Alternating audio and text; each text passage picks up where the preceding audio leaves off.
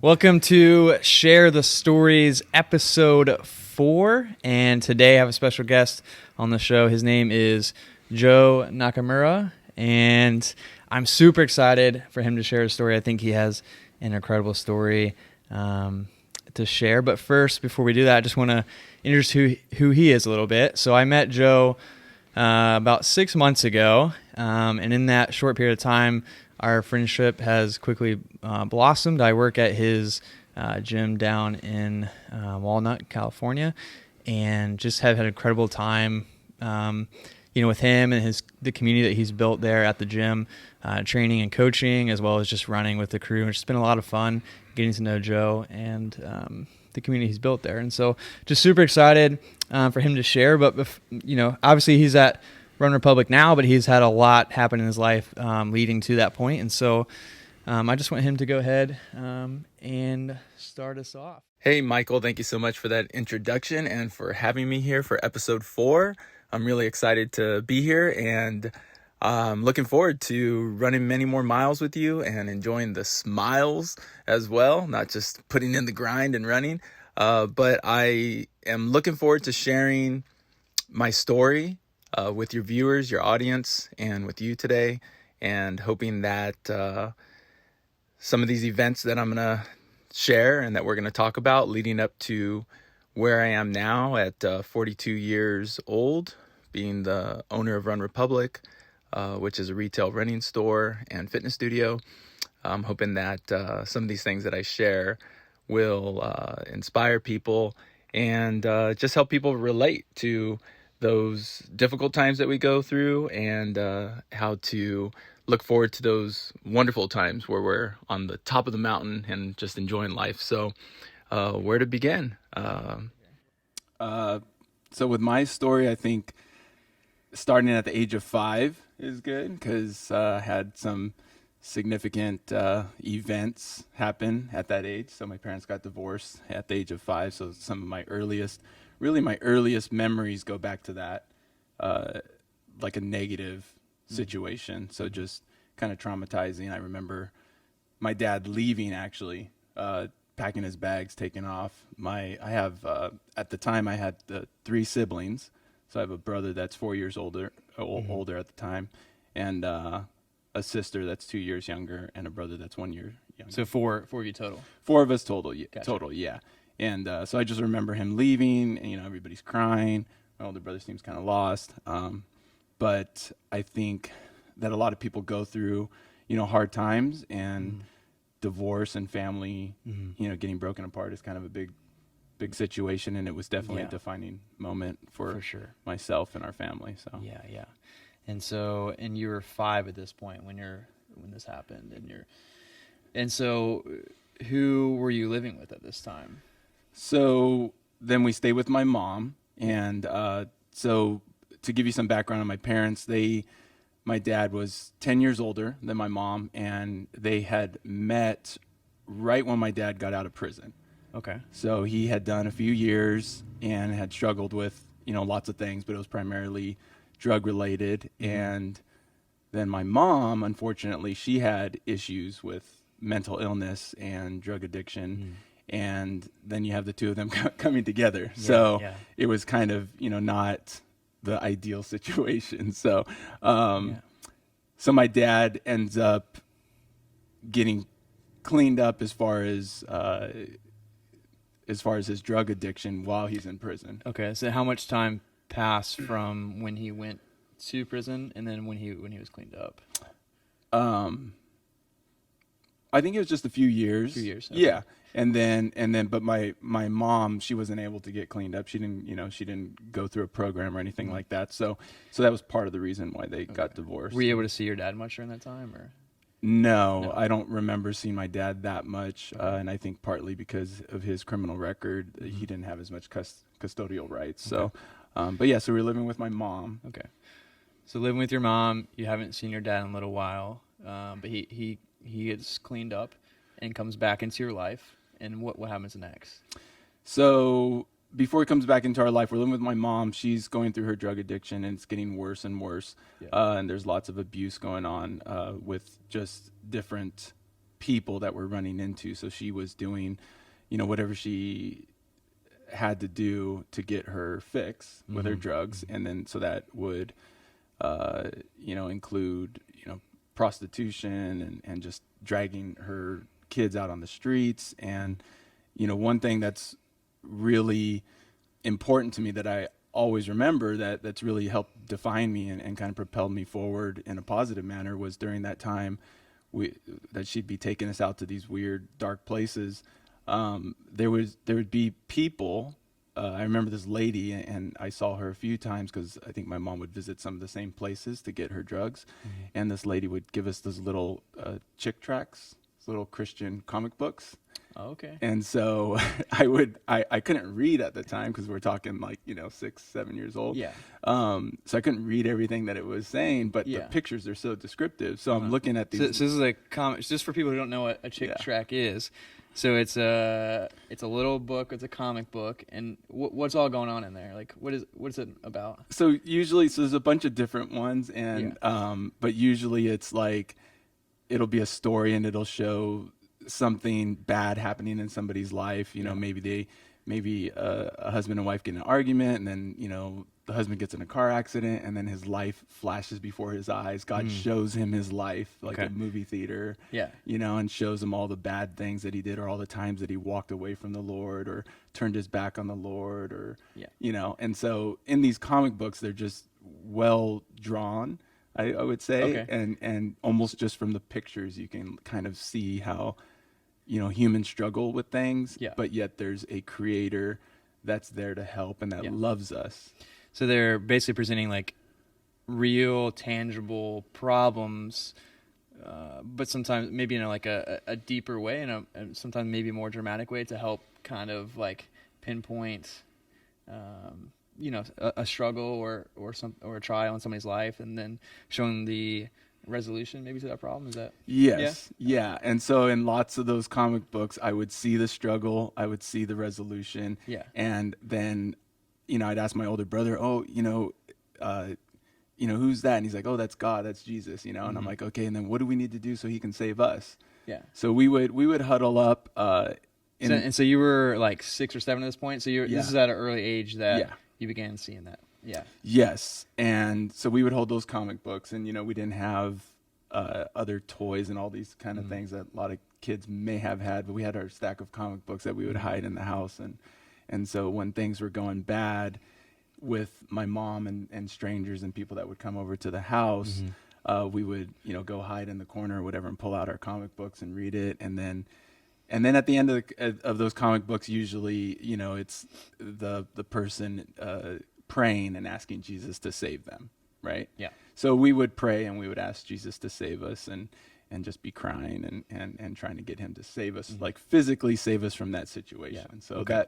So so even at an early age, I mean, you were in the midst of, things happening that, don't typically happen to a 6 or 7 year old, things that you were exposed to, and difficult things. But even at an early age, you knew that there was more, and that that pain and suffering that's not like what's meant to happen. And you got something within you, like searching for that. Is that right?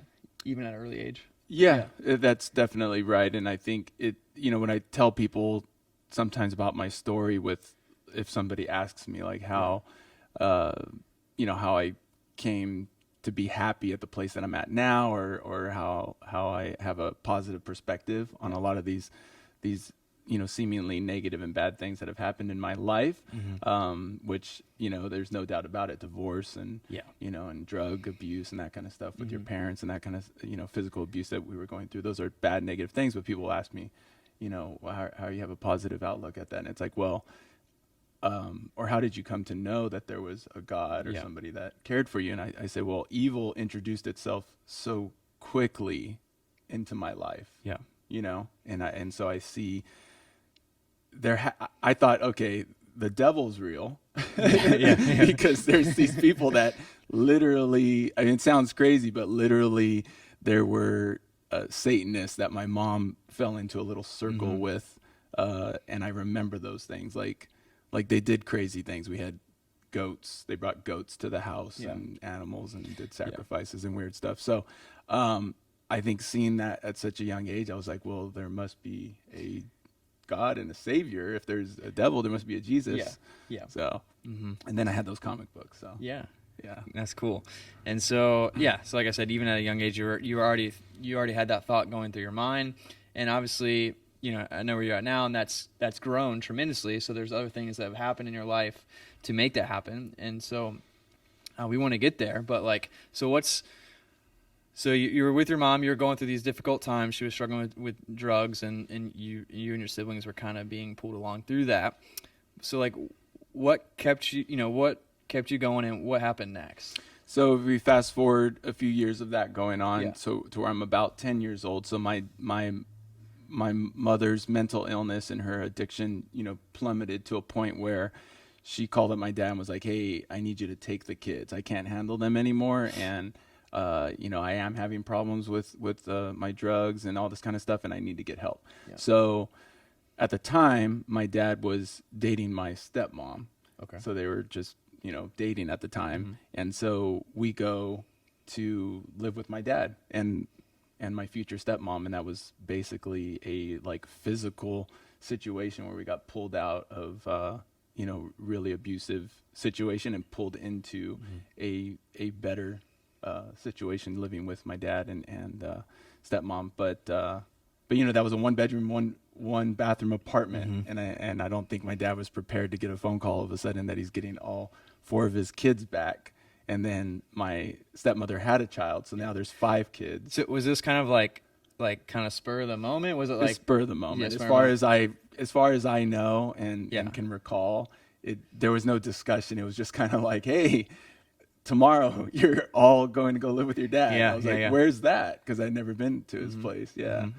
So. And so I know that was, a quick change like that can be at that age was a difficult thing to go through. I know just from my life, I had basically overnight, I gained 2 siblings. And so I know kind of how that goes and what's involved with that. And so, tell me a little bit about, you said there was 5 of you basically overnight in one house. What's going on there? Yeah, 1-bedroom, 1-bathroom apartment, sleeping on the floor. One bedroom for 5 plus 2 adults. So 7 people. Yeah, one bathroom. Yeah, 1 bathroom. So that was kind of a short period of time in that place. I don't know if it was even a full year, but we ended up moving back into the home that we were with prior with my mom. Because that home was actually owned by my grandfather on my dad's side. So my dad and my grandfather allowed my mom and of course all their kids to stay in the house, even though my dad really didn't have, too many rights or if any. I don't recall seeing him that much at all for a few years. But so we moved back into that house. Okay. And that so we're not was your mom there too? No, so she's out at that time and on her own and trying to get cleaned up. And I think she was in a couple different rehab programs, but she was out on her own. Okay. Yeah. And so you guys move into that house, and so you have a little bit more room. You're with your soon-to-be stepmom, right, and your dad, and your dad's doing well at this point. Mm-hmm. Yeah. Yeah. He's doing well. Well, he would say that he was still struggling a lot with certain things, but from most people's perspective, financially, he was doing pretty well. Yeah. But he, was still struggling with a lot of things. Yeah. He had a bad temper and, had various issues. Yeah. So. And what about the kids at this point? How are you guys doing? We're doing pretty good. This is a good time for us because now there's more stability. My stepmother was just a huge blessing. She brought more normalcy, and I would say almost really for the first time in our life where in our house on a day-to-day basis, we had somebody that I would say had some sanity and was able to help raise us in a really healthy way. In between all those years, with our growing up, it would be if we saw our grandparents or my aunt, those would be the only times if it was like for a weekend or if we were lucky enough even for a whole week, to stay with my grandparents. So those would be the only times that we would have that positive influence and have a good, stable environment. Yeah. And so it wouldn't be that many times. It'd be like, a couple times a year, maybe like 1 week out of the month, we'd see my aunt. But other than that, it was just a lot of, ups and downs. And then now we're, I'm 10 years old. We're living, more together as a family unit. We have my stepmom, and she's a huge blessing. And so things seem to go really well. And we actually moved to Corona, which was a big step up for us. And I want to say, so where were you before? We're in Rosemead. Okay. And on the street where that house is today, it's still there. But on that street, every other house has been torn down and replaced, and except for that house and like 2 other houses. Wow. Yeah. Because it was a low income neighborhood, but it was to the point where even the homes were just so thrashed that like every home on the street has been replaced except for like maybe 3 homes, and happened to be the house that we used to live in is still there. But it's like one of the last ones standing. So yeah. And so Rosemead is East LA. Yeah. So it's a little bit rougher of an area. Yeah. And so you guys moved to Corona.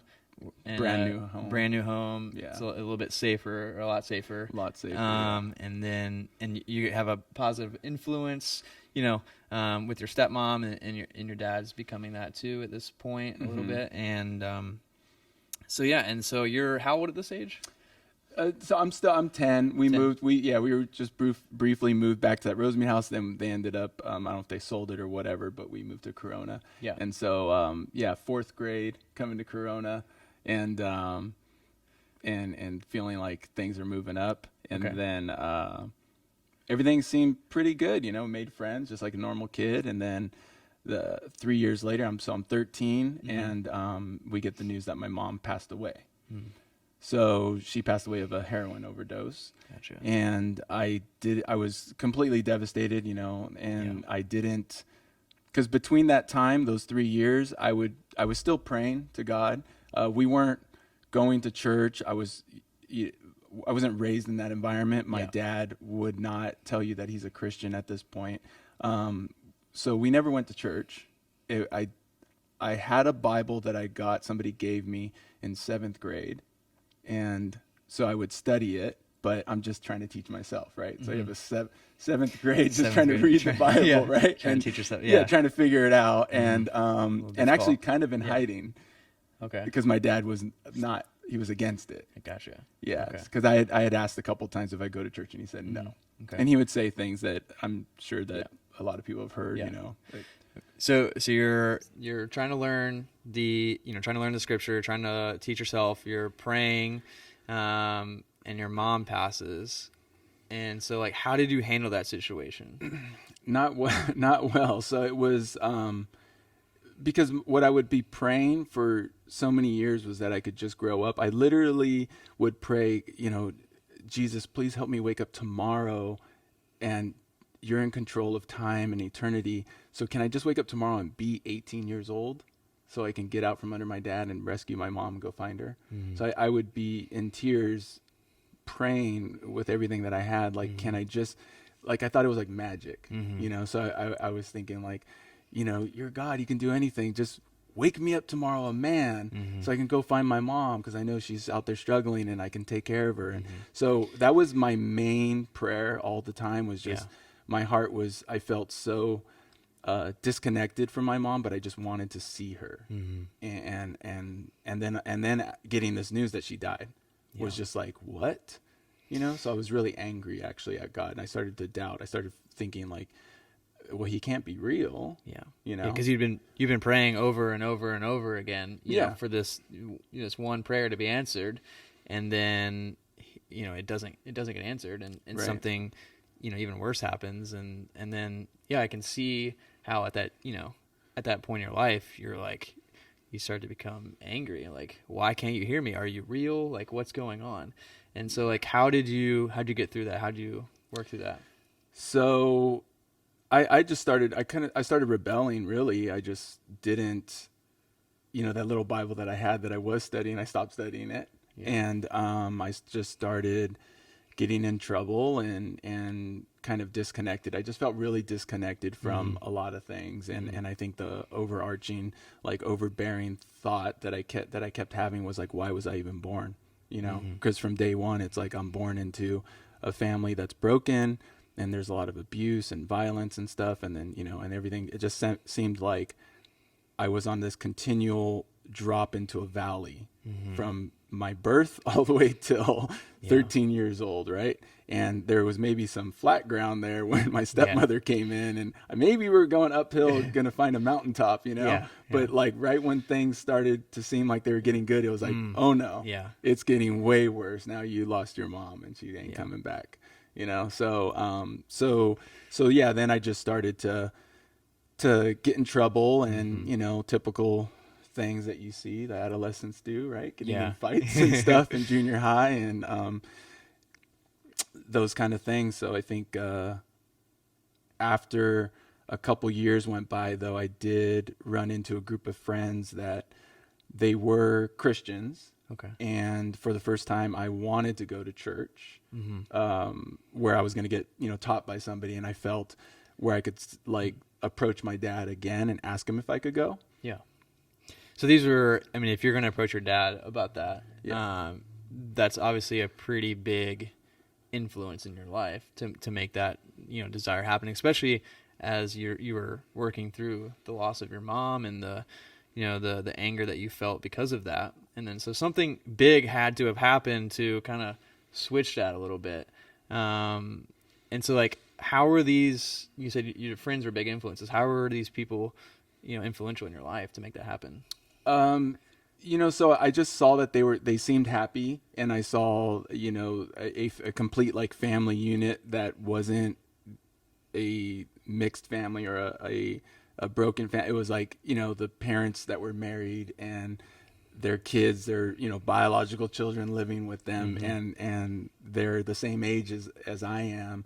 And they were going to church all the time. And I started to feel like, okay, maybe that's the glue or part of the glue, you know, even that was holding them together. And so, when they invited me to go, I really wanted to go. And plus going through that valley of like, okay, my mother passed away, and I just went deep into that despair and felt that all that loss. I was sick and tired of feeling it. And I was really searching for anything to help me feel better, which, you know, the first couple years was maybe getting in some fights or getting into trouble and, you know, those kind of things. But then it's almost like you try to find anything, you know, to get you out of that dark place. And so like you said, you feel like from birth, pretty much you were like falling into this valley, and you kind of hit this, you know, bottom point where it's like, okay, like something has to be out there. Life isn't meant to keep going downhill all the time. There has to be something that's going to lift me up out of this valley. And so you start to surround yourself with, you know, friends and different people that were, you know, influential in your life, and you started to see something different, and that sparked that interest in you. And so did you start going to church at this point? Well, it's kind of a funny story. So the first time that I go, I sit in the front. My friends are all excited that I'm going. And so I sit in the front, and it's the first time that I'm experiencing like, you know, that Christian church environment. So we're in the front, we have the sheet of music, and there's praise and worship music. And so all those things, I'm getting all these emotions because I'm like trying to keep up with the songs and read it. And I have never even seen that. And so I'm in the front row, the pastor's preaching, we're coming towards the end of his message, and he starts going over the 10 Commandments, and he's sharing how everybody falls short of perfection. And there's only one perfect, you know, Jesus, and that. But so as he's going over the 10 Commandments, and he's like, hey, have you ever stolen anything? You know, or have you ever thought about stealing something? And I'm like, oh yeah, I have. He's like, well, then you're not perfect. You're going to go to hell. And he's like, all right, well, have you ever, you know, lusted or whatever, you know, have you ever thought about somebody in a lustful way? I'm like, yeah. It's like, all right, well, you're going to go to hell. And so when he gets to about the 4th or 5th commandment, I literally ran out of the church right in front of him preaching in the front row, crying, and took off down the street running back towards my house. And this church was like 4 miles from my house, right? So I'm just running down the street, taking off running, crying. And I never heard, what I tell people is I didn't hear the punchline. Yeah. I didn't hear the good news. Yeah. So I didn't go back to church for a year after that. Mm-hmm. And I distanced myself a little bit from those Christians that had drawn me in, because I just couldn't, in my mind, all I heard was, okay, I've been praying to the Lord from as far back as I can remember to save me, like physically, physically save me. And then I get to a point where I start to realize, okay, maybe there's more than just God physically saving you. Maybe he can like save you like spiritually and mentally. Like I felt so much mental despair. I'm like, all right, well, maybe he can still save me in some other way. Yeah. Then I go to church and I find out, no, that other way you're thinking, your soul, that's already good. You're going to hell. And I didn't hear the rest of the story. Yeah. So I'm gone for a year. And then I run into, I get really involved in wrestling. Yeah. Hold on. Before we get there, though, I want to, you made some good points here. And I think that a lot of people can relate to that in some way. I feel like there's a lot of people who've had maybe that negative experience with church where they, like you, were going, for you, it was more like physical saving. I want to be removed from this situation that I'm in. I want a better life. For some people, maybe it's, some other type of healing, but they go for some reason. And then maybe, and again, I don't think this is, every church across the board, but I feel like there are some where like people will go and they'll, they'll hear something like what you're saying, where it's like, oh man, this is where I've screwed up. I've screwed up and I screwed up. And then that starts to get in their mind. That's all they can think about. And they, maybe not like you, where you like physically run out of, the service, but maybe they start to tune out. Right. And then they miss the punchline, like you're saying, or miss that there is grace and there is love and there is healing. And we do all fall short. Yeah. But there's a reason that Jesus came to live. So I think that's, obviously I know who you are now, and we're going to get to that point in your life, but I just wanted to I think that's a good example of an encouragement to people who go searching for that healing. Like it is there. We just can't tune it out and miss it.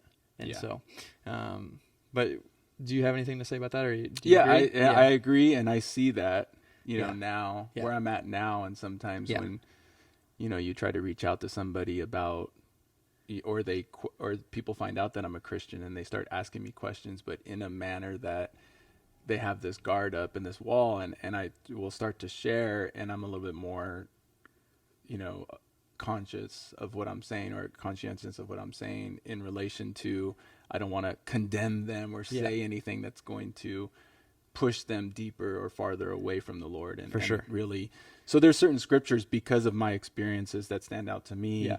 And, it's the Lord's, kindness that leads us to repentance, right? So it's one of the scriptures that I really love. Yeah. And if anything, if I am sharing about Jesus with people, I don't usually lead with, let me tell you how much of a sinner you are. Yeah. Before I tell you how much he loves you. Yeah. So I like to go with the kindness and love that would lead people to feel welcomed, to go to that throne of grace, to go before the Lord and be like, okay, let me hear about you, Yeah. I think that's huge.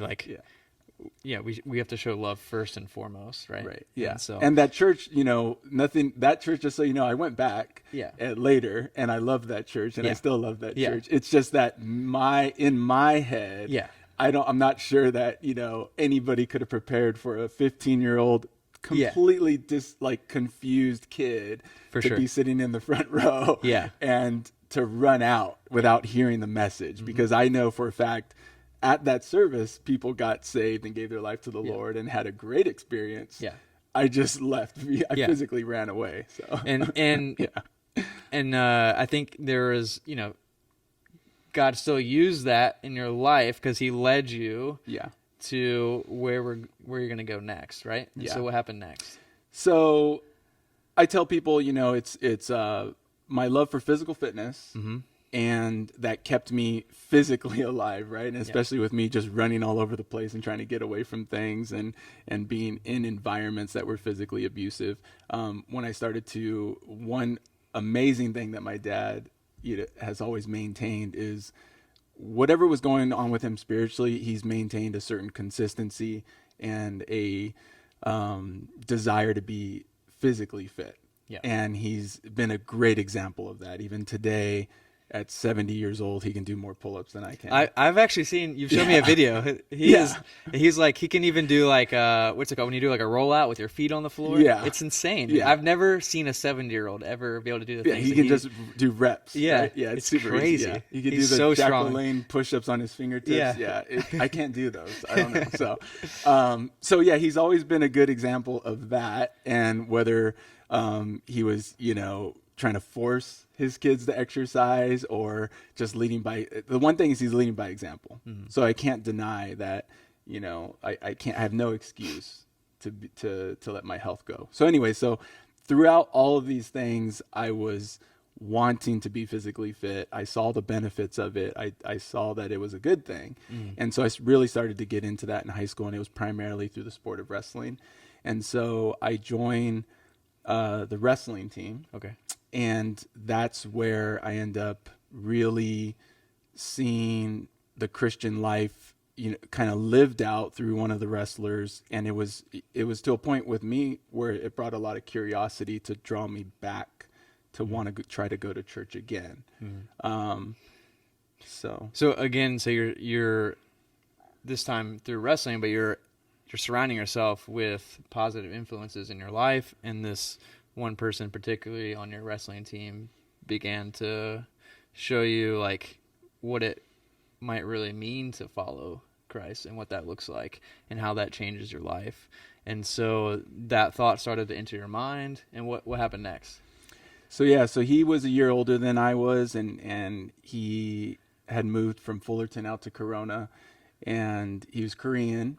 And he wouldn't hang out with, so at our high school, all the wrestlers would hang out together, and all the different athletes would hang out together, and especially at lunch. That's how it goes at high school. Right? Yeah. So he wouldn't hang out with us, and I didn't understand. And I felt like we were so cool. And I was like, why aren't you hanging out with us? And I would look, and he'd be sitting at a table. He'd find a table by himself, or it's at the end of a large table. Yeah. And he would literally pull out his Bible at lunch and start reading it. Yeah. And I remember going up to him several times, grabbing the Bible, closing it, and saying, nobody reads their Bible at school. What are you doing?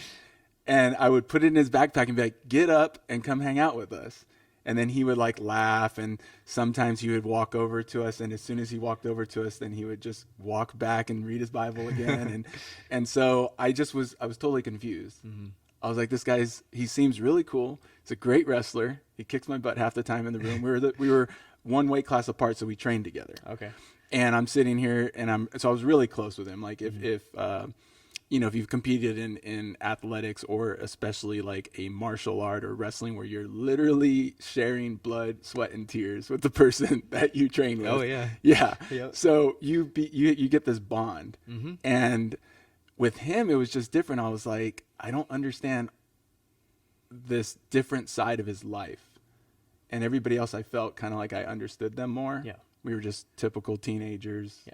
Messing around. We wanted to go to the football games, and do all the high school stuff. But this guy, so he's living a completely different life than what most people, especially in high school, are typically living. And so that brought curiosity to you. Yeah. And I remember in particular, there was a Friday night. It was the last football game that pretty much our coach would allow us to go to before we had to get really hardcore in our training, because he knew when we went to a Friday night football game that we probably ate some pizza and pretzels and drank soda or whatever. Yeah. So he literally would just give us a calendar and be like, he's like, this is the last football game you can go to. Even if the football season was still going, because it would, especially at Centennial High, they would like win CIF and state and everything. Yeah. So we would have to stop at like one of the last league meets and like no longer go to football games. So this wrestler, his name was Ken, and I said, hey, you got to come to the last football game. Let's hang out. Let's go. And he's like, oh no. He's like, I'm going to go hang out with my buddies in Fullerton. I go, okay, what are you guys doing? Is there a football game out there? And he's like, no, we're going to go to Bible study. He totally like dumbfounded me. I was like, it's Friday night. You're going to Bible study with other teenagers? I'm like, who does that? Yeah. Yeah. So I couldn't believe it. Yeah. Could not believe it. So I remember that moment. Okay. And then fast forward a little bit more. I ask him, I finally get up the courage to want to go back to church and face this God that, the Ten Commandments told me that I'm not good enough for, right? And that's still my only understanding at that point. But I'm like, well, I'm still alive and this guy's happy, so I just want to go and check it out. There must be something, right? Yeah. So I get up the courage to ask him if I can go to church with him. And guess what he tells me? What? He says no. he go, yeah. What happened? Why did he say no? So going back to what I said, he's Korean, and the church that he goes to, or that he was going to, is primarily Korean, and he felt like maybe I would feel more comfortable in a church that was more like multiracial or something. Gotcha. So he literally told me to go to Harvest in Riverside, which is a very good call. Yeah. It's a great church. I ended up going there. Okay. So he kind of directed you. Where to Yeah. go. And so you went to Harvest then? When he I did go to Harvest. I felt still really like compelled to go to church where he was going, because I went to Harvest, and if you've never been there, some people would say it's kind of like Disneyland. Like, it's such a huge, there's like the parking lot is ginormous. Yeah. How 16,000 people every Sunday. That's crazy. Yeah. Yeah. So trying to get over there in the first place was hard, and I wasn't driving at the time, and it's like I need to, it was about 25 minutes from the house, and I gotta. So I remember going. I don't remember too much about it, but I just remember I still wanted to go to church with this guy. So fast forward a little bit, after he told me no a couple more times. Okay. Yeah. I end up camping out in my car. So at this point, I do have a driver's license. I'm camping out in my car during the summer, about 5 houses up from his, and I'm waiting on a Sunday to follow him to church without him knowing. So you're just camping out, waiting to follow him into church. Yeah. Like, I'm going to where where you go. Yeah. One way or another. Yeah. So I thought everybody went to church around 8 or 9 in the morning. Yeah. Okay, this church starts at 1 p.m. Oh. So this is during the summer. Yeah. I'm in my car. I'm at 8 a.m. in front of his house. I was waiting there for hours, sweating, right? Yeah. Trying to hide. Every time I'd see like anybody walking around the street, I thought it might be him, so I'd hide. So I end up following him. He finally goes, jumps in the car with his parents and his brother, and they're going to church, and it's like noon. Yeah. So I'm out there for 4 hours, right? So this is a strong desire at this point, to sit out there for 5 hours in the Yes. summer, waiting to follow him. Yep. Yes. Yeah. All And right. I didn't know where we were going. I thought it was around Fullerton. I didn't even really know how to get there. So I'm following him, and so we end up driving to Cerritos, and my grandparents live in Cerritos, and we get off on the same exit as where my grandparents live, and then we turn down the street. So I see where the church is at. I drive past it, and then I wait a little while because I don't want to be so obvious. And I'm thinking that it's going to be like Harvest, and maybe there'll be like a few thousand people, and I can hide, and at least I'm going to the same church as this guy, but I don't have to freak him out that I followed him. Yeah. Right? So I wait a little bit. I pull in the parking lot. I don't see that many cars. I'm thinking that maybe I'm parked in the wrong spot. And I think I'm walking in through like the back door to the service. I literally walk in. I open the door, and the pastor is preaching to everybody like right there. So everybody's staring at me. So you can walk in behind the preacher. Yeah, like the front. Yeah. Yeah, right in the middle of the message, because I'm late, because I was trying to come in last. So everybody saw you. Everybody saw me, and he saw me, and his face dropped. He was like, and he literally, the pastor stopped preaching and turns, and my friend Ken, he goes, "What are you doing here?" No escaping that one. Yeah. No. All right, but so this is what's so amazing, all right? The pastor, I recognized him. And he had played basketball with me ever since I was a little kid, whenever I would visit my grandparents in Cerritos. Oh. And he recognized me. That's cool. Yeah. And so he stopped the message, and he's like, "Hey," he's like, "You're here. Where are your grandparents?" And I go, I just drove myself. And he's like, "Oh, take a seat." So I felt like I felt like God really wanted me to be there. I really felt this weird feeling. Yeah. I could not believe, and it's still like right now, like makes me feel crazy. It like gives me like the like shakes here. I'm like, I could not believe that this guy that I had all these positive memories with, and to remind you, like I only had a few positive childhood memories, and one of them would be when we'd go visit my grandparents, which was a safe haven, and we'd go over there and we'd go to the park, and this guy would play basketball with us. Yeah. And I didn't know he was a pastor. Yeah. Yeah. So No, I would say, God definitely meant for you to be there. Yeah, like, what is that? He planted that. He planted that desire in your heart. Like, no, I have to go to this specific church. Yeah. Right. And then you go there, and like you're saying, the pastor is somebody who you have positive memories with, who you know, and so I imagine at that point you felt like, okay, I'm supposed to be here. Like I feel somewhat comfortable. Like one of my best friends is here. I know the pastor. And so where did that lead you? What happened next? So we ended up talking and kind of talking about this kind of stuff a little bit with the pastor that day. And really, I felt like I had to explain myself to my friend because he was like, what are you doing here? He's like, did you follow me? And I'm like, yes. And the pastor starts laughing. He goes, man, that's amazing. And he was so intrigued. And so he stayed with me maybe like 90 minutes after the service, after everybody left. And we literally started studying the book of Romans together that day. And then he gave me a Bible study, and he asked me if I wanted to, he gave me a Bible too. I remember he gave me the first New International Version Bible I've ever seen. I was like, oh, NIV, because he made sure that he's like, oh, there's the, King James, blah, blah, blah. And he's like, I like the NIV. And I was just like, but it's just something I remembered. I was like, wow, there's different versions of the Bible.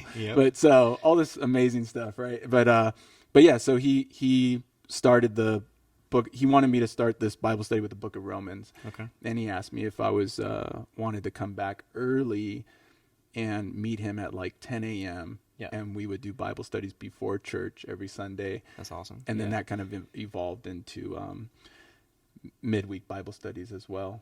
Nice. So at this point, now you have a kind of a mentor or like a leader in your life for your spiritual life. And so like, where did that kind of lead you to next? What was like the next, step in your life there?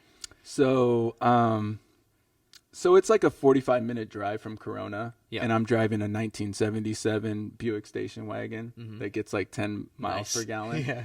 And my income's pretty low at the time, so it's hard to get gas money to go out there. Go back and forth. I'm delivering newspapers before school. It literally like for gas money, and on the wrestling team, and sometimes you got double day wrestling practices, so it was hard. Like looking back on it, school, it's like I had a very strong desire to learn, and I was being fed, and so I was super motivated. But my dad didn't want me to go to church still at this time. So I would have to tell a little like white lie to go. So I would tell my dad that I was going on the weekends to visit grandma and grandpa because they lived right down the street from the church. So I would go visit grandma and grandpa before church. Okay. And this is back when cell phones didn't exist, which was actually a benefit for me. Yeah. So I would visit grandma and grandpa. Then I would say, hey, I'm going to go outside and go to the park and go get something to eat, hang out with my friends, and I'll be back. But I didn't. I just left out the church part. So I'm gonna go hang out with friends at church. And then my dad would actually call my grandparents to see if I had done it, and then they would say, "Oh yeah, but he just left." And he literally would say to my grandparents, "He's not going to church, is he?" Because my dad found my Bible. There'd been all these times where my dad basically could tell that I was going to church, and he was very against it. So I went through that through high school, just kind of really this hunger and desire to learn from the Lord, and just because I really felt the love that like I would read one verse in the Bible, and I'd just be overwhelmed with like, oh, this is amazing, like But so I was going through that, but I was also really excelling at my wrestling, and my grades were really good too. And so I had a lot of opportunity coming my way. If we're going to fast forward a little bit, to my junior, senior year, I had a bunch of offers to wrestle at all the best schools and going on recruiting trips. And that's awesome. But just having a lot go through my mind because I was very, spiritually unstable, mentally unstable. So I think there's a lot of highs and lows going on with me at that time. So just and huge decisions to make, So I end up deciding to go to a local Division I, school. Yeah. Mostly for wrestling. People were like, what did you go to college for? I'm like, oh, I went to major in wrestling. Yeah, that's right. But that's just was the driving force, Yeah. and then I was getting straight A's in all my classes and taking honors and all that in high school. Yeah. But really the things that I was really passionate about was studying the Bible. Yeah. But I didn't even know that there was like Christian schools that existed, like Bible colleges or anything. Gotcha, I just kind of was Yeah. my days were consumed from like 4 a.m. delivering newspapers Yeah. to 2-3 practices a day, and squeezing in a Bible study and getting all my work done. Yeah. And that was it. I was pretty narrow-minded that way. Yeah, so pretty much between delivering newspapers, school, practice, Bible study. That was like your day, and then you go to college, and you're still doing wrestling, and you still have that desire to learn more from the Scripture and in your spiritual life. So where does that lead you next? So, I really questioned, a lot of the things that we were learning in college, and I didn't agree with it. And, to the point. Where were you studying at this point? General ed, but then I Yeah. also did some kinesiology, and Okay. I did a little business as well. So I Okay. was kind of like going in both directions with, Gotcha. what I wanted to get my degree in. Yeah. And, but I even got to a point where I had a petition going around the school where I had to get a certain amount of signatures so I could meet with the dean of the school, so I could just tell him how much I didn't agree with a lot of the curriculum. Yeah. And it was primarily stuff that I felt was in opposition to what the Bible teaches. Gotcha. So it was stuff like they were teaching things that the world was going to be overpopulated by 2020, and it didn't matter if I here was, we are now. yeah, and it didn't matter if I was in a science class or a philosophy class. Like they would sneak it in there, and I was just like, this is some weird agenda, and why am I going, well, so my conversation with him when I finally did meet with him was, I know you guys are paying like my tuition and my books and I'm on a scholarship to come here, but so many other people, most of the people are actually paying to come to this college, and the stuff that you're teaching them is, I don't believe it's factual. And I think that you just need to hear what your customers have to say. I go, because at the end of the day, we're your customers, right? Yep. And so, he didn't like the conversation. I ended up leaving the school. And looking back on it, it's like I really should have went, or would have been great if maybe I had some counseling pushing me towards maybe a Christian college or somewhere that I can go where that would help me grow in that manner. And instead, I was just more in opposition with some of the things that we were learning. So it was, my biology teacher said, I remember at this school, she says, look around, 1 out of every 3 of you is homosexual, whether you know it or not. And she goes, you have to accept that and understand that. And I was just like, okay, that's great, but is this gonna be on the test? Like, what is this? Yeah. Like, why are we learning these things? So I would raise my hand and get in trouble a lot because I was like, why are you telling us this? Yeah. And so, anyways, that led me to a point where at the same time, okay, I'm wrestling, but at the same time I was working at a gym, and I was doing well, and they promoted me to be the youngest manager of this huge, franchise.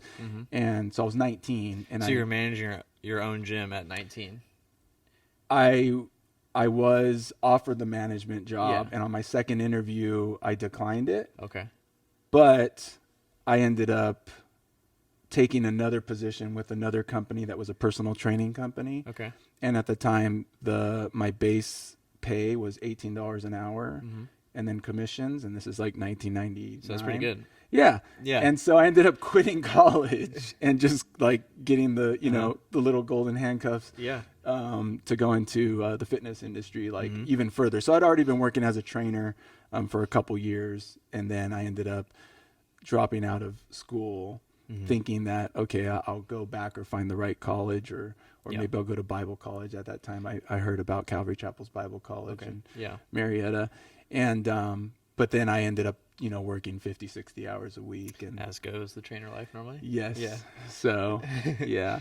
And so you're making good money at this point, Mm-hmm. training, and you obviously you talk about your love for fitness, and you really love that, and I'm assuming at this point like you really love coaching and helping people, Mm-hmm. and so like you're doing that a good amount of hours per week, and so what happens? Do you continue training like for how long? What goes on next? So I trained for a couple years, but I kind of moved up more into management and managing trainers. And then, I got to a point where I got a partnership position with a personal training company. Okay. So this company, we were paying rent inside of a big franchise gym. Okay. Gotcha. But it was, so you're like more like a contractor inside of a bigger gym. Inside of a bigger gym. Yep. Yeah. Cool. And I had, ownership of that company, right? Yep. So then I do that for about a year, and we're doing well. And this is like, let's say 2003, 2004. And then that contract with the gym, the franchise, they decide that they don't want to renew it, but they had their eyes on me, but they wanted to keep me. So they wanted me to become a partner of their franchise. Mm-hmm. And see if I could bring the personal training as a new partner. So not only operate the personal training, but of course operate the gym and be a partner, actually operating partner of the gym. So, and you're how old at this point? 25, 26. 25, 26. Yeah. So within a matter of like 5 years or so, you've worked your way to that point. Yes. Yeah, cool. And so do you accept that? Did you accept that job? I did accept that job. Okay. Yeah. And so now you're managing a gym and you're coaching too? I was coaching. Well, I did start coaching high school wrestling because so with my stepmom and my dad, they had 2 children together. So I have 2 siblings that are, 10 plus years younger than I am. Okay. Which, so were you coaching them? I coached my youngest brother. Oh, yeah. That's cool. His high school wrestling coach. Yeah. That's awesome. So, and then I was also running that gym that I was a partner with. Yeah. Okay. So the way that it would work with this franchise is, the operating partners would be in the gym, basically functioning like the general manager. Yeah. And seeing all the operations. And then there was maybe, 2 to 4 more silent partners that, would be on the financial side and the investment side. So, so it was ownership of the gym, and I was there, But you're the one that was there putting in the, the work and like managing the gym, overseeing it, like day-to-day operations too. Yeah. Yep. And that's where I was able to really, I guess, express my entrepreneurial side. Yeah. So my whole life growing up throughout, at this point I had actually already had like 25 different jobs too. So wow. yeah, so we at skipped through all that. 25, you already had 25 different jobs. Yes, I had so many different jobs. You mentioned newspaper and coaching. Yeah. Like, did you have any other, what other type of jobs were you doing? Or was it just training jobs or what?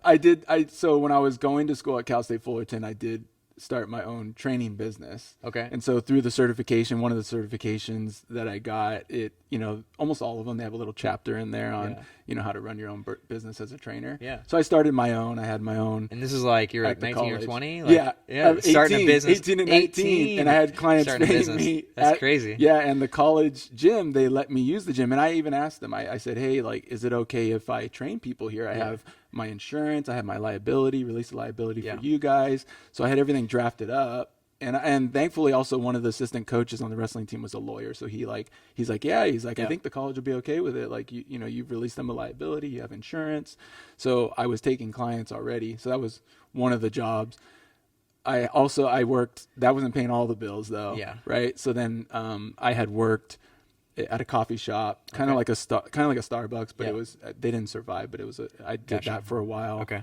I worked at Sport Authority or Sport Mart. I know they changed their name. Yeah. Okay. Yeah. So I sold shoes way back. That was when I first started selling shoes. It's a big, big sporting goods store. Yeah. Yeah. Are they still in business? No, okay, they're not. Yeah. I worked at a call center. Okay. I did Bunch of different jobs. I just a bunch of different jobs. This is high school, Yeah. early college time? Yeah, all high school, college. I sold cars for a year. Oh, nice. While I was being At like trainer. a used dealership? Used and new Toyota. Oh, nice. Yeah, Toyota. And That's so cool. I did that while I was being a trainer. So I was really hustling a lot because, Yeah. I didn't have Yeah, any sounds like it. financial support. Okay. And from the family and sales was kind of a thing that I saw like, hey, like there's not too much of a cap, if there's a commission. So Yeah. you just work from there. So I had a bunch of jobs like that, that had some sort of incentive. Yeah. And so, yeah, you tried all these different jobs. I mean, you're hustling, but then you recognize you have this entrepreneurial, spirit, and that, and so your coaching ramps up, and you have that chance to be an entrepreneur by, becoming a partner in a gym. Yeah. And then, so like, what happens next? Were you continuing your entrepreneurial activity? Like, what was going on? Yeah, so it was a newer franchise, and they were very open to. They didn't even have personal training when I first went to them, so they were. It was a franchise that was nice because it would let me, exercise my creative side and come up with the programming, come up with the prices, come up with the marketing. So they give you like free range. Yeah, free range, to do those things. So usually when people franchise with any franchise, let's say Subway or whatever, usually you have these entrepreneurial people, and then they get into this franchise, and then quickly they learn that there's all these restrictions, and it's laid out. You have to do it this way, this way, this way. Exactly. Yeah. If you're a franchise in a Subway, you can't make up your own sandwich. Right? Yeah, exactly. The corporate tells you what sandwich you are. You're not Yep. making the Joe special. Yeah. Yeah.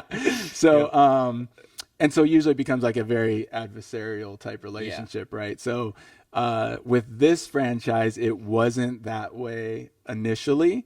But of course, as businesses grow, then, things get more structured and it has to be a certain way. So, so I stayed with them for over a decade as I felt like it was a great place for me to be in, to allow me to exercise, my ideas and thoughts the way that I wanted to and what I saw best for each location. So, and that's also where I met my wife for the second time. Okay. So I had met her in high school because she's the older sister of one of my high school wrestling buddies. Oh. But back in high school, she told me that I was a dork. And she wouldn't even acknowledge me. No. So I would go pick up my friend from practice in high school, or to take him to practice. I'd pick him up at the house, and she would answer the door. She literally would open the door, and she would turn and she'd go, "Tito, your stupid friend's here." And so my buddy's name is Tito, right? So she wouldn't even acknowledge and I would sit there and say, "My name is Joe," and she would just walk away.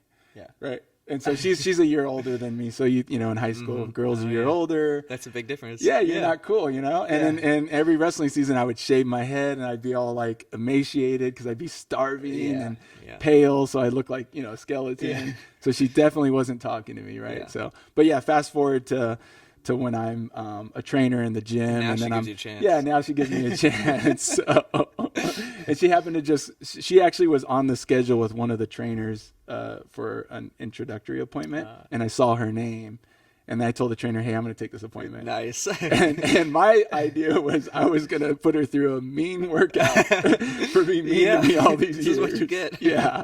So, but that quickly evolved into then we went on a date, and so we were. That's cool. And so you met your future wife at this point. Yeah. And you said you were working at this gym for 10 years. With the franchise. Yeah, with the franchise. Yeah. And so, and you opened, from our conversation, you opened 10 quite a locations. few. Yeah. 10 locations. That's I would say that's very entrepreneurial. Yes. Yeah. 2 on the same day. Wow. Time. Yeah. 12,000 square foot and a 10,000 square foot on the same day opened up, one in Rancho and one in Victorville.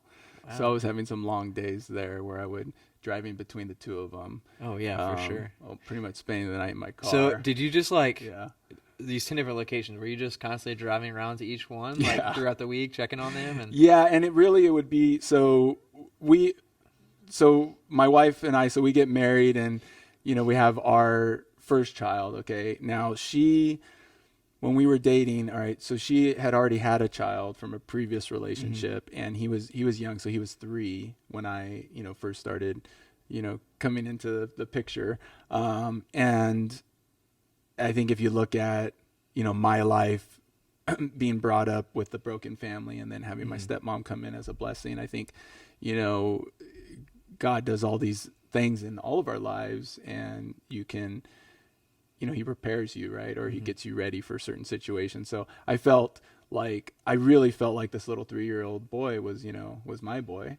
And I felt like all the issues and things that I went through in my life had prepared me for that. Yeah. So it was just like another event in my life where, like, because I know some people, they're like, oh, well, how was it being a stepdad, or what do you mean she already had a kid, or why don't you go? Or there was actually other people that were close to me that were like, well, why are you dating her? She already has a kid. You need to find somebody else. And I was like, what are you talking about? I was like, I want to have kids someday. I was like, this is a bonus. He's already here.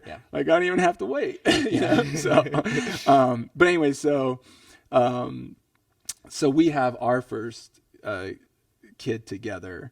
And so even, being a stepdad, or there's another experience, at least for me, of when I had my first kid, but with her, but it was also, Maddie, a girl, and I was expecting to have a boy. I wanted to have a boy for my first, and so as much as Maddie's amazing though. Yeah, Shout out she's to her. super amazing. Yeah, so I always tell her she's my favorite daughter. So she's my only daughter. Yes. I have 2 boys and one girl. No, but it's funny because I think, like, you only know what you know and what you experience, right? So you can learn these things in the Bible. You can learn from your peers and all this kind of stuff about being a father, and but when it happens, and I pray that I know it's going to happen for you. It's just what happened to me was I literally felt like my heart, like how at that point. So I'm like 27 years old. I'm filled with a bunch of love. I've been studying God's word like crazy, and I've been just eating it up. And I feel like so redeemed. I feel like all these bad situations in my life, God has personally shown me, like, yes, these were bad things, but it wasn't my fault. You were praying all these years for me to physically save you, but that's wasn't my job. Like, I'm not, gonna just grab you. Then what? Where am I gonna take you? So there's all these things that God was speaking to me. Like, I literally felt from the inside out, where the scriptures were like opening up, and I could hear God's voice where he's literally saying, like, I love you. And this situation that was been hurting you, this is specifically how I was taking care of you there. And I felt healed from that. And this situation, I felt healed from that. Right. So getting to this point though, I felt like I was on, cloud 9, right? I just felt so good. Business is going well, marriage is going well, relationships going well. And then, we have a baby, but my heart, I felt literally just grew like 20 times bigger. And I felt that much closer to my dad. And so there was things that that you don't even think about, that like maybe there was some brokenness or whatever. And there was between my dad and I, because I had gone through everything that I already shared here, but also as I was getting older and bolder as a Christian, I would tell my dad, hey, can you just go to church with me? So I'm like, 18 years old, 19 years old. And I had the courage to not just, he knew I was going to church at that point, but it was like, now it was like being more bold and like, hey, you're coming with me. Right. But having him tell me no so many times, and he never went. Right. And, but then now, fast forward, and I'm having, my first biological child. Right. And I felt my heart just like grew 20 times bigger. And I felt this immediate closeness with my dad and this empathy. And I looked at everything different. I was like, oh my gosh, he was doing his best. Imagine having 5 kids and then having, going through a divorce, and then getting, and having your first wife pass away from drugs, and then getting remarried and taking on another child, having a stepdaughter, and then having 2 more kids. So my dad has 7 kids, and imagine having that and, it's just, there's so much to take care of. And it's not like, he had worked 2-3 jobs throughout my high school. He would sleep like 4 hours a night. So no wonder why he was in such a bad mood. All of a sudden I'm having this empathy for the man, but I felt a lot closer. So yeah, I had, Madison, and then not even 2 years later, we have Noah, and then that completes our 3 kids. But yeah, so with the business, we have one gym, and then it becomes, another gym. I open up another one, and we keep growing. And like I was telling you, in a matter of 2 months, I opened up 3 gyms. 2 of them was on the same day. And then like 4 weeks later, I opened up another gym. But eventually we get to 10 locations, and pretty much everybody that was close to me was working at one of my locations. So my younger brother's working at, a couple of the gyms, and my sister, everybody. So yeah. Yeah. And so, like you said, so you've had this big transformation in your life. God was speaking to you clearly, like revealing to you, like, how he's been at work in your life, even through those hard times. And you start to, be healed by that. And you start to, reach out to others and want that healing for them too. And I think that's amazing and a good testimony. And I want to touch on that a little bit later, a little bit more. But why don't you, if you don't mind, picking back up where you were there at that point. So you had these 10 gyms, and so what happens next? So, like I kind of was alluding to a little bit, the corporate structure, so this franchise, when I first started with them, they were brand new. They had only had maybe, not even 10 locations, but I'd say within about 4 or 5 years, they were, up over 150 locations. So growing really fast. Yeah. And I had been with other fitness franchises before, not as a partner or an owner, but as a manager. And those gyms had grown too fast and gone bankrupt, and they're no longer here today. Some of the largest gyms that had ever existed, the largest chains, like, Bally Total Fitness. I was with them. That was my first management job. But their story is that they just grew too fast and imploded, so overextended themselves and all that kind of stuff. So with this franchise, we grew really fast. Things were really good. But then, when you grow really fast, and if you're going to remain successful, you have to have certain rules and structure, and everything needs to be cookie cutter, so that didn't really, fit with me. And I felt like things were going different directions. I feel like I was always going this direction. Okay. And the franchise went this direction. So, but that's my perspective, obviously. Right. So, so when we got to a point where we could leave it, and do something else, then that's where we went. So now we have, Run Republic. And so for me, over all the years training people, I would, in my mind, there's certain categories that clients would kind of fall into, and I would kind of think about them in certain ways, from a broad scope to kind of figure out, okay, how am I going to help this person? And the most challenging part for people that, don't understand what it's like to be a coach or a trainer, it's not designing the exercise program for our clients. That's not the most challenging part. That's the easy part. It's dealing with the personalities and the mental and the motivational part, the psychological part for the clients, right? Because I would say that to be really successful for the general population, and if you're going to be somebody who's in the fitness industry, you're going to deal with most of your clients not having a positive connection with fitness as their historical situation. Yeah, they're not going to come to you. Most of them are not going to come. Most of them, they're right? not going to come to you with already a positive outlook, Yeah. and I really want to do this, and I love this. Right. And, Yeah. They're like, I need to do this. I have to do this. Exactly. Right? Yeah. So most people are not like you and I, where we excelled at sports and we loved it. Yeah. And for me, I didn't love it until I did good. So I actually hated it, unlike my brothers, until I was 16 years old. So my first several years of competing in judo and wrestling and any sport that I did, it was like tossing a coin if I was going to have a positive or negative experience. I literally lost 50% of my matches my freshman year. So it was half of my matches I would lose. So every time I stepped on the mat, I was like, man, am I going to get beat up and humiliated in spandex underwear in front of everybody and getting like literally beat up, or am I going to win, you know? So, I think that's natural, right? To have Yeah. that outlook is like, if you're not like really good at something, like maybe you're not gonna have that initial like desire to keep doing it. Yeah. Right. And so, like you're saying, I think that relates to a lot of most people that come in for fitness, like that. Yeah.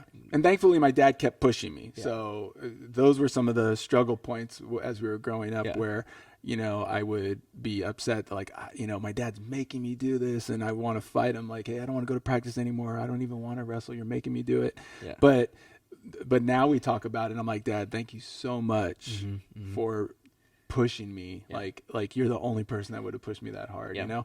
So, but that's the thing with our clients, right? So now, as a coach or as a trainer, you have, you know, these professional people, they're, you know, maybe, you know, middle-aged, right? And so I remember being 19, 20 years old, training a lawyer that was 45 years old, very well off, you know, driving his Mercedes Benz. Yeah.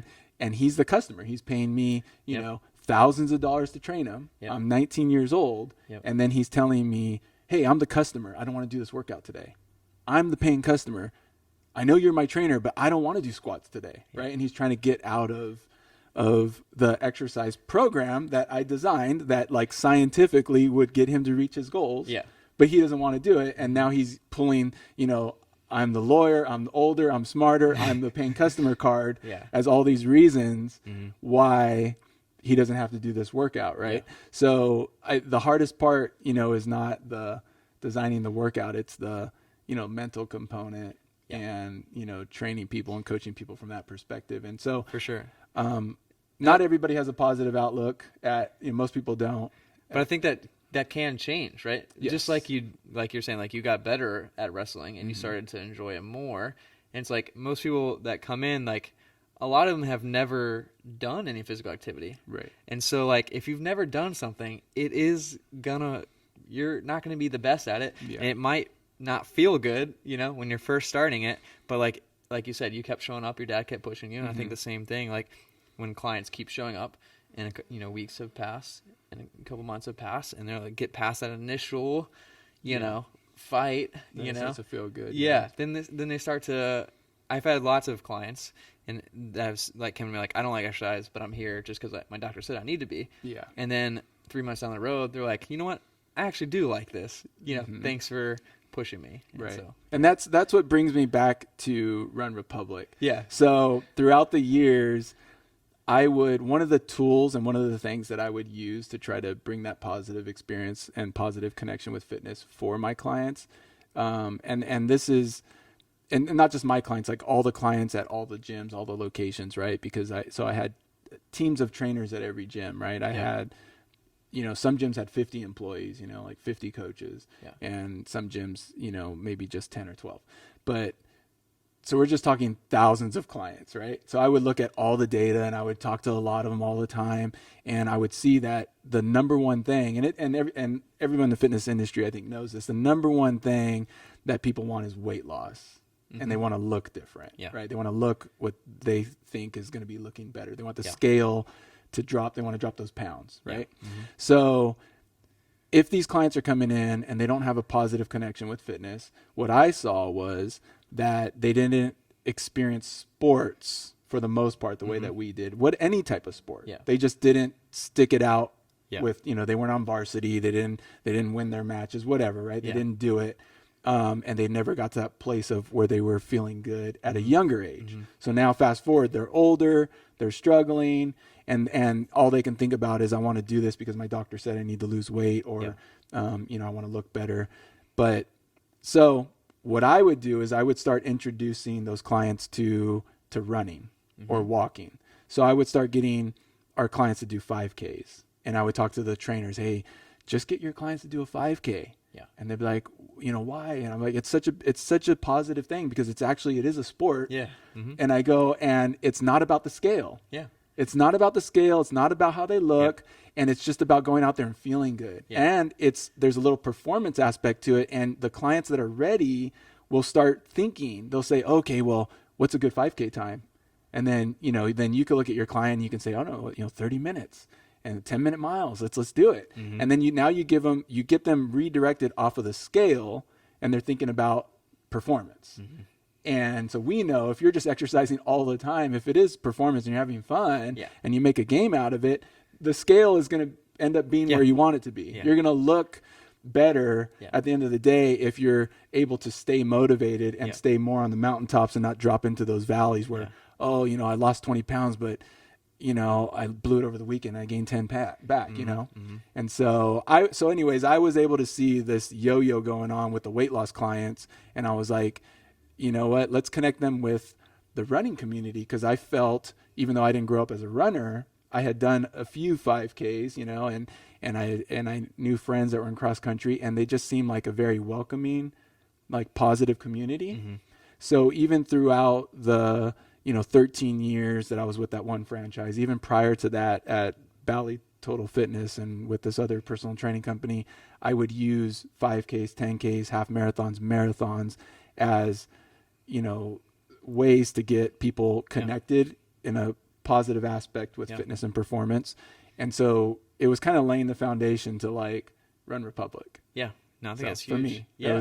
That was a huge motivator. And it goes along the lines of, for me, looking back on my life, it was the physical fitness and how good I felt through wrestling, the performance aspect, how good it feels like when you're just flowing and you're doing, your wrestling moves and hitting all those techniques and you're training with your partners and that kept me physically alive when there were times that I was so spiritually lost. I wanted to just die physically. Right. But then I wouldn't, because I was like, well, I just feel good being fit. So I'm going to live another day and I'm going to go to a training practice and I'd have that, those positive things that happen when you exercise, the hormonal release, all the endorphins. Right. So for me, it's like, physical fitness kept me alive, training, right. From a healthy standpoint, kept me alive physically, but it was the spiritual side of things that really, it makes everything, that next level. It's like, if I didn't have the physical training and the mountaintops, the good experiences wrestling where I was winning tournaments and being offered, my college education for free, right? Because of my performance and having those, those good feelings of that training, how you feel. If I didn't have those mountaintops with how low I was spiritually, if I didn't have those at the same time, I would be totally gone. Like, I don't know if I'd be here today, So I have to thank God that I had that, right? And then eventually now we're at the place where I feel like my physical fitness is good. My spiritual fitness is good. I don't have 10 gyms anymore, so my financial fitness is lower. Your stress is lower. But my stress, So that's one thing that, my wife can attest to. My blood pressure, even when I had all 10 of those gyms and I was still physically fit and training, my resting heart rate would be even below 30 sometimes, right? In the 20s. But my blood pressure would still be high. It was very weird. And so it can only be attributed to stress. Right. So now that I have one store, one training facility, my blood pressure is great. It's really good. So, And so, so now, you brought that idea, and a fantastic idea. Thanks for explaining that.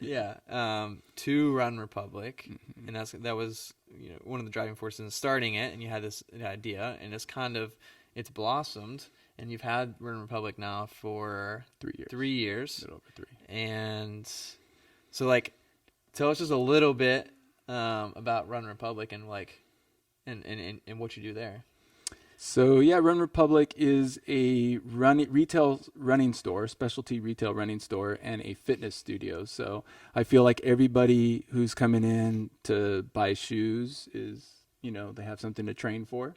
And so I wanted to just have that one-stop shop where they can train at our facility. So, prior to opening it, I had the tendency of thinking, okay, I just want to open up another gym, but I just want to bring in running. So there were thoughts that I had of like leading with the fitness side of things and actually not even calling it Run Republic and just having like, this entire more like a fitness studio and a training facility, but then just kind of go more niche with the running community and endurance community. But because you have, Yeah. just to tell a little bit more about your story, some background too, is you have a strong connection with the running community, especially here in SoCal, because you've done a lot of ultra running, and you've done a lot of the races here. You've done Angeles Crest multiple times, a lot of other big races, and so Angeles Crest, for those who don't know, that's a 100-mile race through the mountains here in Angeles National Forest. Yeah. It's brutal. It's got Brutal. like Hot. 20,000 feet of gain, right? Yeah. And in the middle of summer, super hot, 100 degrees. Yeah.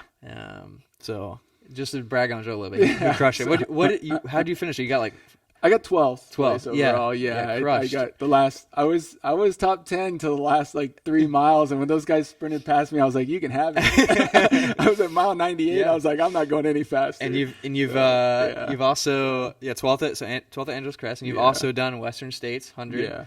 Yeah. So for those who know what that is, that's a big deal. And I think the first 100 that I got into was for a nonprofit that I'm involved with, the 100 Mile Club, and that's primarily to help kids get more physically active. So in California, the last decade or so, physical fitness, PE with the elementary school students has been lacking. And overall in the United States, I think we all know that, obesity has been on the rise the last 20 years with the onset of the internet. All of a sudden obesity goes up. So, but it's like in the top 3 of like the number, like the killers for just Americans, period. So, but in California, I think from a educational standpoint, I think the elementary school teachers, lots of school districts lost their PE teachers that would like be specific to PE, that would travel the different schools and for the elementary schools, right? And so then a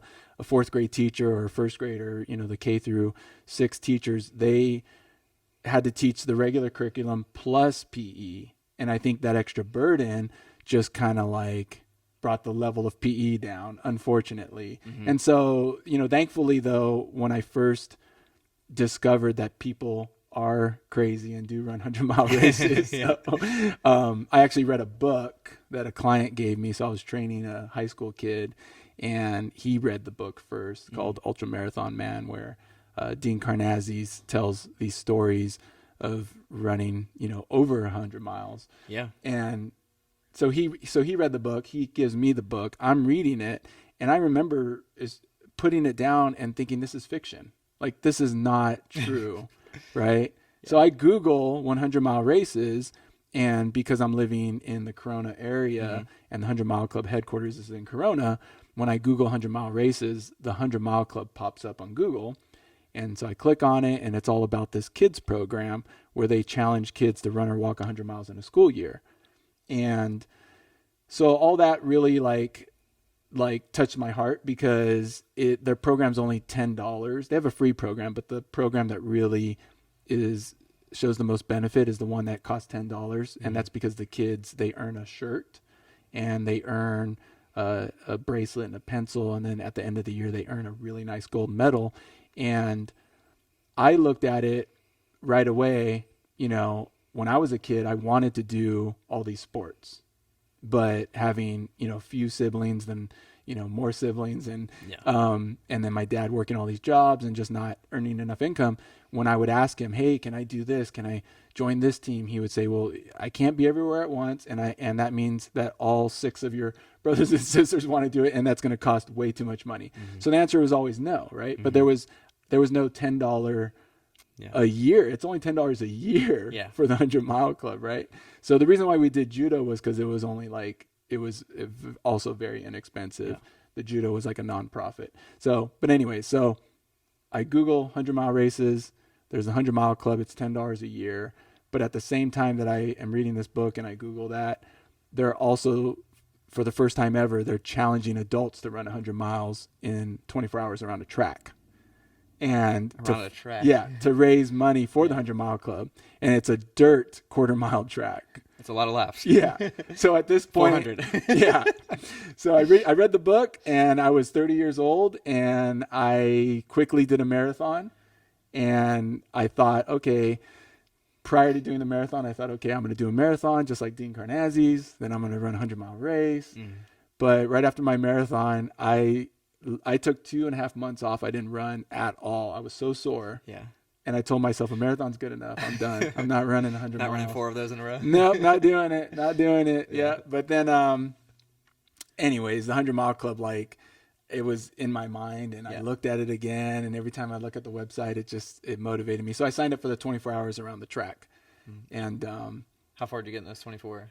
Well, I was very naive. I thought that I would run 100 miles in, like, I don't know, 15 hours. And, that's blazing. Yeah. And if I paced myself, I thought, okay, since I have 24 hours, what I'll do is I'll run like 50 miles in like 7 hours, and I'll take a nap, and then I'll get up and run another 50. And so that's not what happened, right? Doesn't go like that. Yeah. So, I remember crying at like mile 50. My dad showed up at the track. Nice. My wife went and got him, and he came, and I just started crying. And I was just like, have all these emotions because you want to quit. And then your dad shows up when you're going to quit. And he's the guy that was like, he never let me quit wrestling. Yeah. And I was like, oh, shoot, he didn't have to say anything. Yeah. And all of a sudden I started running again, but I was crying because it hurt. Yeah. But I got to 83 miles and 3 laps. So 83.75. Nice. And then that was it. But so I literally stopped at mile 75 and there was still like 3 hours left.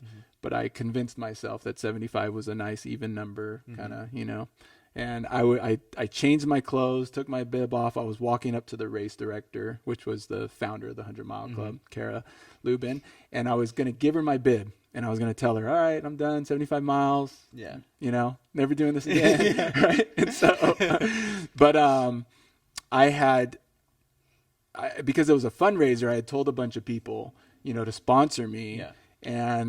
And I did something kind of, looking back on it, was my sales side, right? So I told them, hey, I'm gonna run. Can you just donate $1 per lap, right? And at this point, they didn't know that I was gonna run almost 400 laps. So I had all these people that were donating almost $400. Yeah. Because they didn't know I did 385 laps or whatever, right? Oh, man. So they were mad. So per person $1 per lap? Yes. Oh, so needless to say, these people were mad. Yeah, I fundraised like almost $7,000. People were mad. Yeah. But they couldn't be too mad, right? Yeah. So they were like, okay, we're mad at you, but we can't believe you did that. So where's the proof? So, but one of the guys that I talked into donating, he also was an ultra marathoner. And a very fast marathoner, and he ran for UCR, I believe, and very fast guy. So he showed up the last 2 hours. The plan was he was going to show up the last 2 hours of the 24 hours, and he was going to pace me as I smoked my 100 miles easy. In 15 hours? Yeah. And so he shows up right when I'm walking up to give my bib back to the race director, and he could tell that I had already changed my clothes and I was quitting, and he just starts yelling at me. He's like, Joe, what are you doing? He's like, I know you're not stopping. And I was like, oh no. So anyways, I ended up getting to almost 84 miles in the last 2 hours. I threw down like another, almost a half marathon. Yeah. So that's still like more than triple your furthest run to that point. Yes. Yeah. Yeah. So you were probably hurting pretty bad. I was. Yeah. So the next year I came back and won the race though. Nice. I did do my 100 miles. There you go. Did it in 20 hours and whatever. Still painful. Yeah. Always painful. Yeah. So, yeah. So you've been deeply involved with the ultra running community, and you are actually on the board of the 100-mile club. Yes. Club, right? Yep. And I do race directing for them. So. Yeah. And so, and it's like you're saying, it's an awesome organization that helps, kids, be physically active in a cheap way, and anybody can get out there and start running. So it just encourages that, and I love that. And so if you want to find more about that, they have a website, 100mileclub.com. Yeah, so just check that out. But so you've been doing that. You're at Run Republic. You've been doing that for 3 years now, and kind of brings us to where you are currently, right? Yes. Yeah, cool. So thanks so much for sharing, Joe. I appreciate it, man. But before we close, I do want to just take a minute or two to talk. I think you've mentioned a couple of times now, and it's something that I've seen kind of reoccur in your life, and just is that, like you mentioned earlier, that like at the beginning of your life you felt like it was just like a sliding slope down into a valley, but even as you were going down that slope, you had hope that there was something like greater for you, something bigger, larger than your problems, right?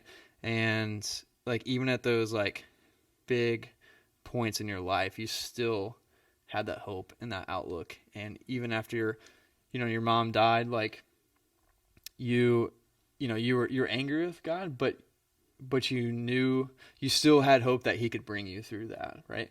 And to some degree. And then like as you started to learn about God more and experience God more, that desire for that hope continued to grow. And like you then saw, like you were saying earlier, like even in those hard times, even those hardest times, like God was still there, and he still loved you in those moments, and he wanted to bring you through those moments, and he had a plan for you through those moments. And a lot of times we can't see that in the moment, but like looking back on it, like you said that your relationship with your dad has been healed because you saw that like he really did like love you so much. And so like it's just a big encouragement that like even through those hard times that we can still reach for that hope and still realize God's love is still there and present. So do you agree with that, or like what are your thoughts on that? Yeah, I do. I feel like I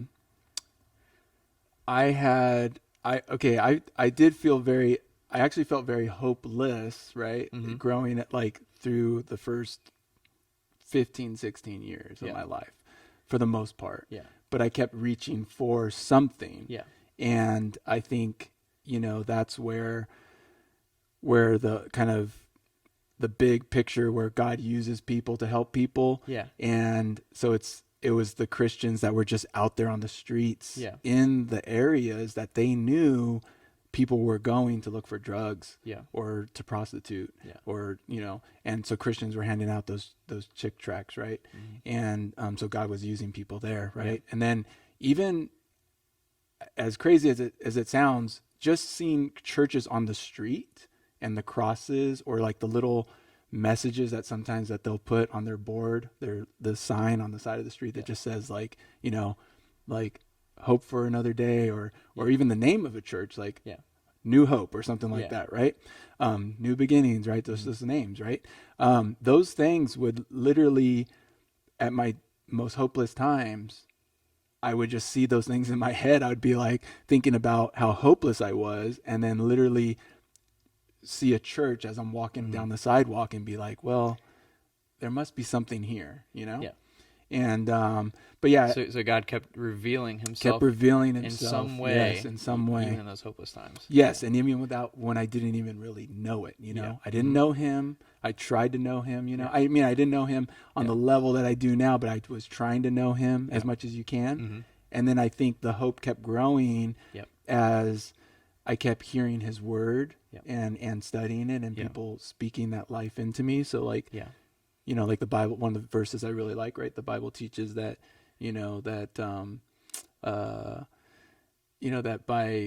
by hearing his word, right? That that hope comes by the reading the word of God. Right. Mm-hmm. And, so it's like I was on this trajectory of no hope, but yet God was still there. Yeah. Right. Mm-hmm. And I think like how Jesus says, if you ask, seek, knock, right, you'll find him. So it's this constant, like if anybody's life could be a testimony of finding God and finding your answers with like this desperation of looking. Yeah. I think that first 20 years of my life was just super desperation. For sure.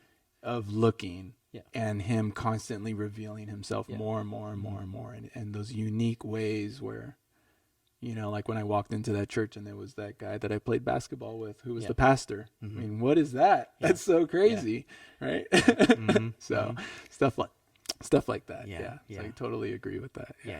Awesome. Yeah. I totally agree, and I think you have an incredible story, and that's very present in your story, and so just appreciate you being honest and transparent and sharing with us, and so to close, I do want to just take 30 seconds to pray for you, Joe, before we close, and just again thank you. So. Please, thank you. Yeah. Thank you. So Lord, we thank you today for Joe and who you've created him to be.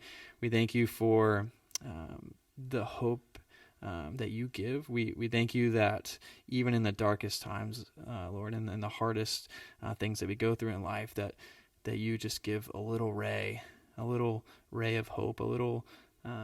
You reveal yourself in some way to let us know that you're still there. And so we just thank you for that. We thank you for the story that you've brought Joe through. Thank you for the blessing that he is to so many people.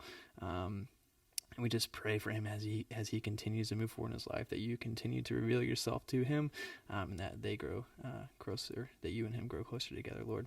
We love you. Amen. Yes, Lord. So, Amen. Thank you. Thanks again, Joe. Appreciate it. Thank you. Yeah.